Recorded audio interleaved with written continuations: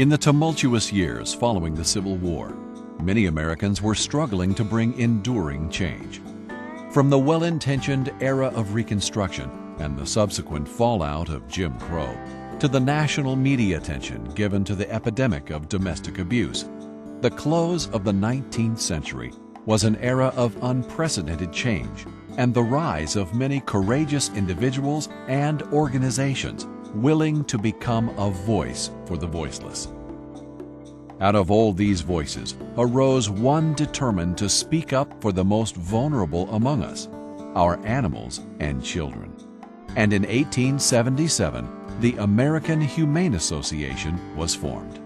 American Humane actually began just shortly after the Civil War, in the era of Reconstruction, when America was primarily trying to figure out in many ways what it is and what it wanted to be. Our influence has been significant, from changing the way that children are dealt with in our court systems, changing the way families may raise and treat their children, changing the ways in which children are perceived, in particular their legal status, and how are they protected. And also in the area of animals, from how we treat animals in research. We were there to also endorse the Endangered Species Act. So it's been a historical legacy that has begun in the 1800s and has continued through today.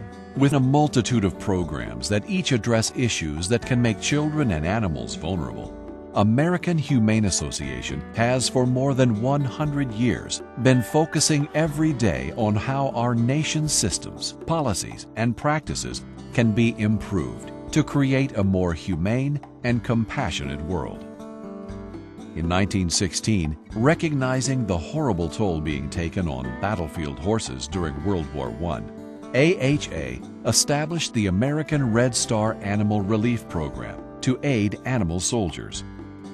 Following the death of 1,400 lambs that froze to death on a train in 1933, American Humane Association was successful in forcing legislation to protect livestock transported across state lines.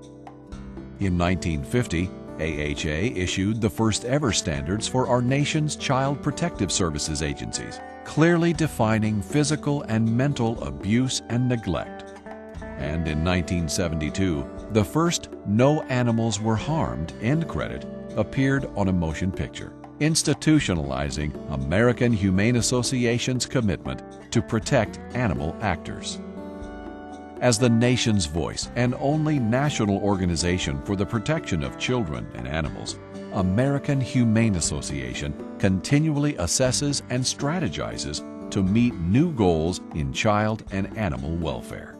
Sadly, it almost seems as though in America we're in the business of foster care. The federal funds and resources that are allocated can only be used for this notion of stranger care. We have few pre- or post-adoptive services, few programs that are really looking to incorporate family members and really finding a true permanent solution for these kids beyond just this traditional idea that a stranger has to raise these kids. And American Humane Association is great because they're implementing things like family group decision making, and they're ensuring that finding permanency is really the objective, as opposed to, again, just these kids being raised by strangers. And one of the big problems with the system on a national level is that there's no uniformity. What we're doing in Florida is completely different than what we're doing in California or New York or Texas. But American Humane is a national organization that incorporates the best practices and the best policies from all across the nation, so that we have an opportunity to really implement what the best programs are, despite what the government says we can spend money on. With an entire research and evaluation team that studies what works best in the child welfare field, American Humane Association evaluates new programs, tracks how workers spend their time, and explores challenges and strategies around specific issues and practices through things like quality improvement centers. Dedicated to finding the best ways to help kids and families, and then developing programs and providing support to child welfare professionals, AHA is determined to make best practices an everyday reality. rescuing animals from disasters, giving abused and neglected pets a second chance at life, supporting local animal shelters and their staff are among the activities of our Animal Protection Division. American Humane has had the opportunity to participate in several best practice working groups.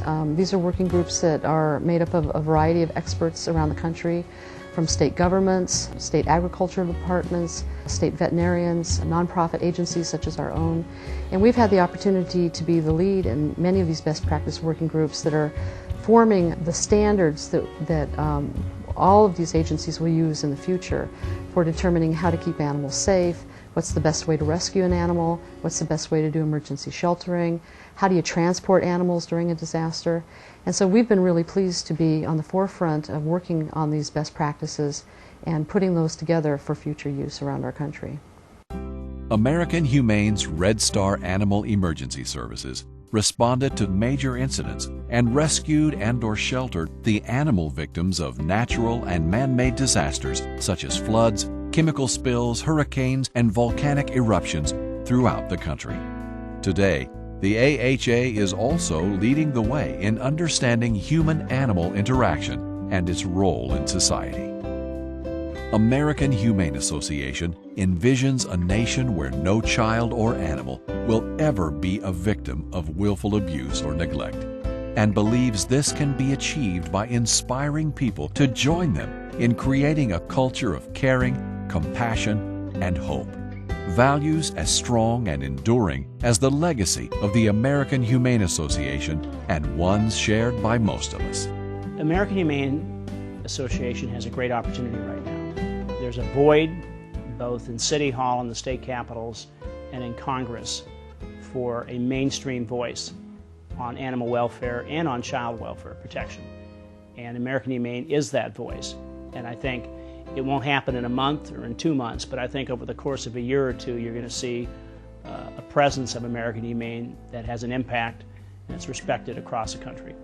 To learn more about all the American Humane Association is doing, visit the American Humane Association online at www.americanhumane.org or call 1-866-242-1877.